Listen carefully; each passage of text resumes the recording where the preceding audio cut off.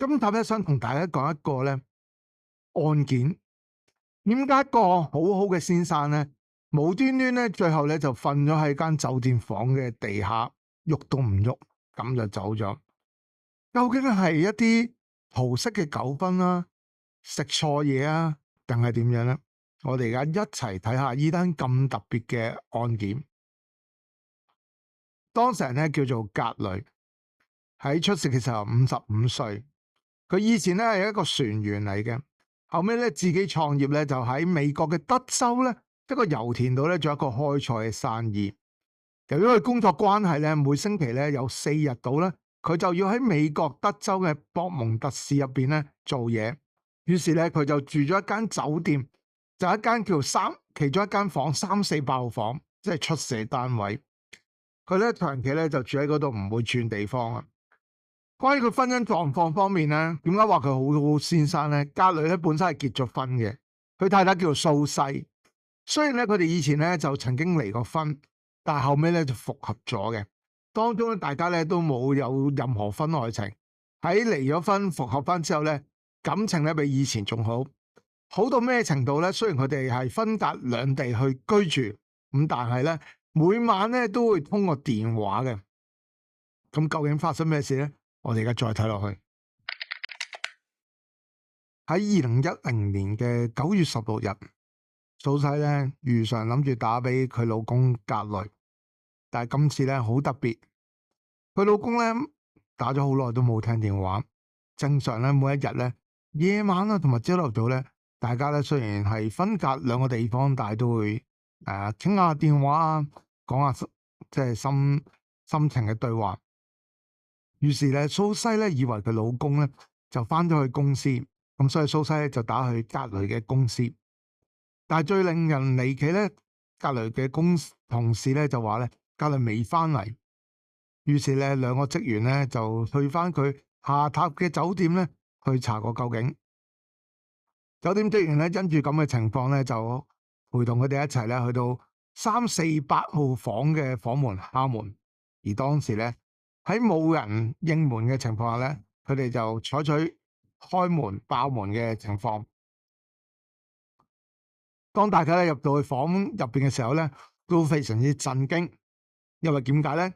當時格雷係喺度嘅，但係咧格雷當時咧就穿着咗睡衣，成個人咧趴咗喺地下。而佢哋檢查過之後咧，發覺咧格雷係完全冇呼吸。咁佢哋係即時咧打呢個911報警。好快咧，警方咧就嚟到。初步咧，警方咧就見到咧，格雷已經係冇呼吸脈搏噶啦。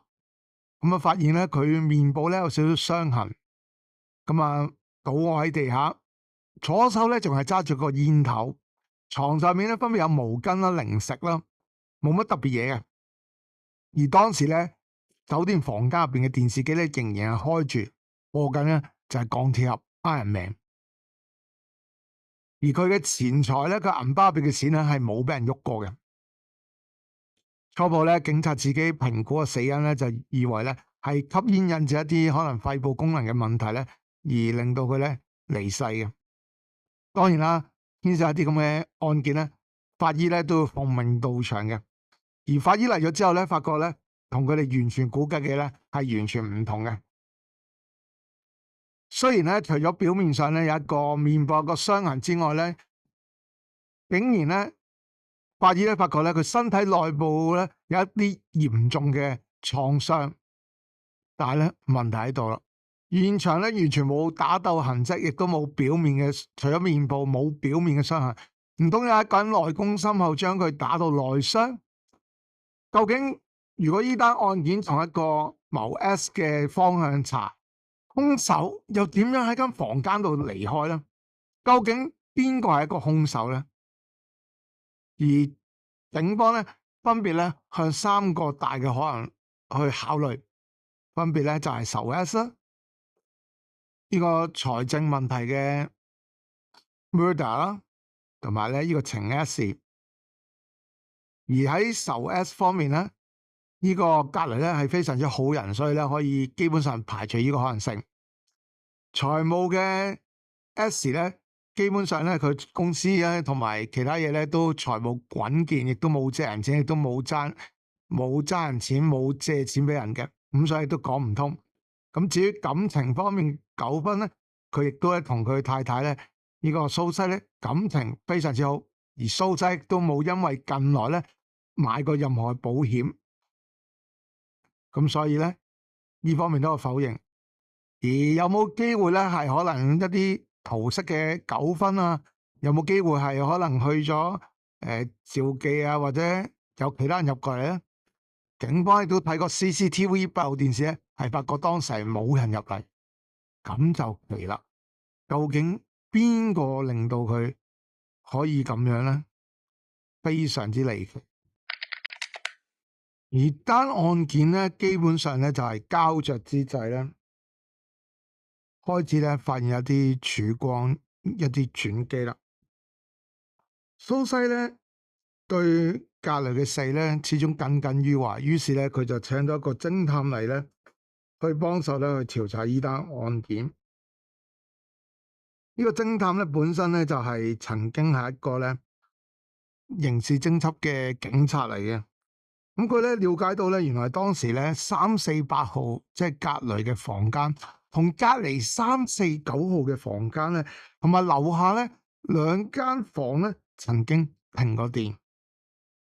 而當時咧酒店嘅維修工咧，一個叫萊恩嘅人咧係入過去，大約咧喺晚上嘅8:30離開咗。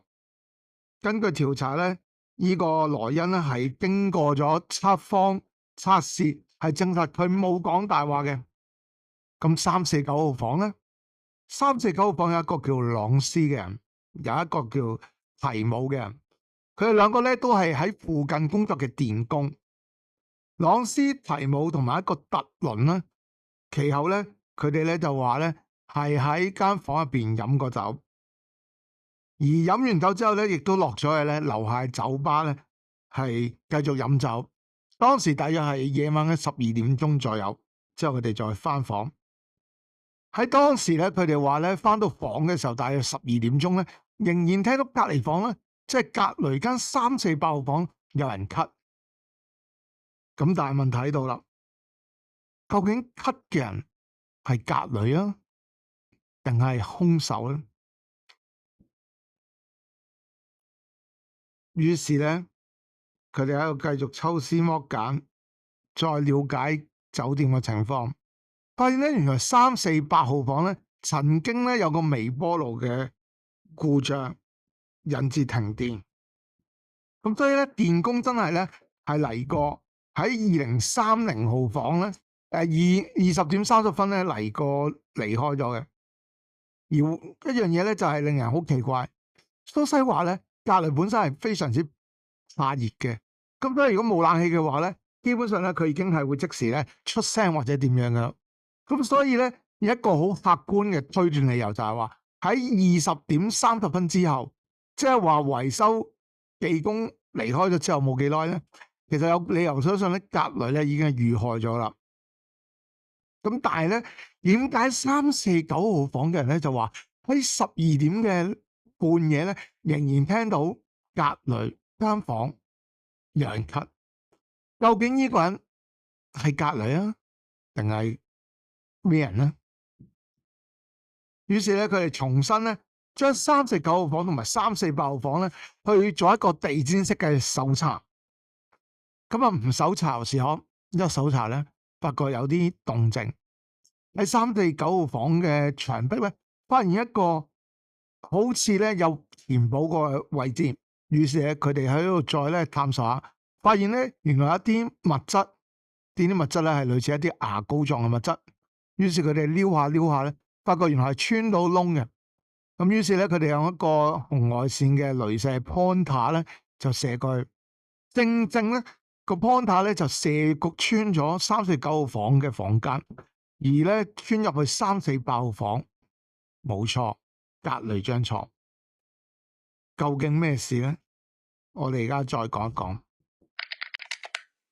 咁啊，幾經追問之下咧，原來咧349號房嘅提姆咧，就首先咧就爆出嚟，佢話認咧當時停完電咧，佢哋其中一個人叫朗斯咧，就喺度將自己咧喺度炫耀緊咧自己把手槍，期間咧不慎咧走火，咁啊咧射穿咗個窿，咁佢哋諗住咧，急急腳咧就諗住攞啲牙膏咧去補翻算，但係佢哋唔知道咧，原來咧3-4爆房咧格雷咧就係誤中流彈，已經係斃命噶啦。咁當時佢哋咧仲走咗落去咧，繼續去即係酒吧咧談天說地，完全唔知出咗件咁大嘅事。當然啦，你冇心還冇心，咁都係一個5S 嚟噶嘛。最終咧，警方咧就將呢個朗斯咧拘捕。經過審訊之後咧，關於一個過失咧引致他人死亡嘅罪人咧，就判咗佢10年嘅監禁。咁咧，所謂嘅躺着也中槍咧，就係咁樣啦。呢件事咧，估唔到格雷一個好好先生，就因為隔離房一個咁唔小心嘅失誤嘅走火咧，令到佢咧就奪去咗佢寶貴生命。今集咧就講到呢度，如果大家中意嘅話咧，記得可以訂閱翻呢個頻道，撳翻個 like share 翻，亦都可以嘅話咧就做翻會員或者咧去贊助呢個頻道。喺度咧，再次多謝大家嘅收聽收睇，我係阿佬，下條片再同大家傾過，拜拜。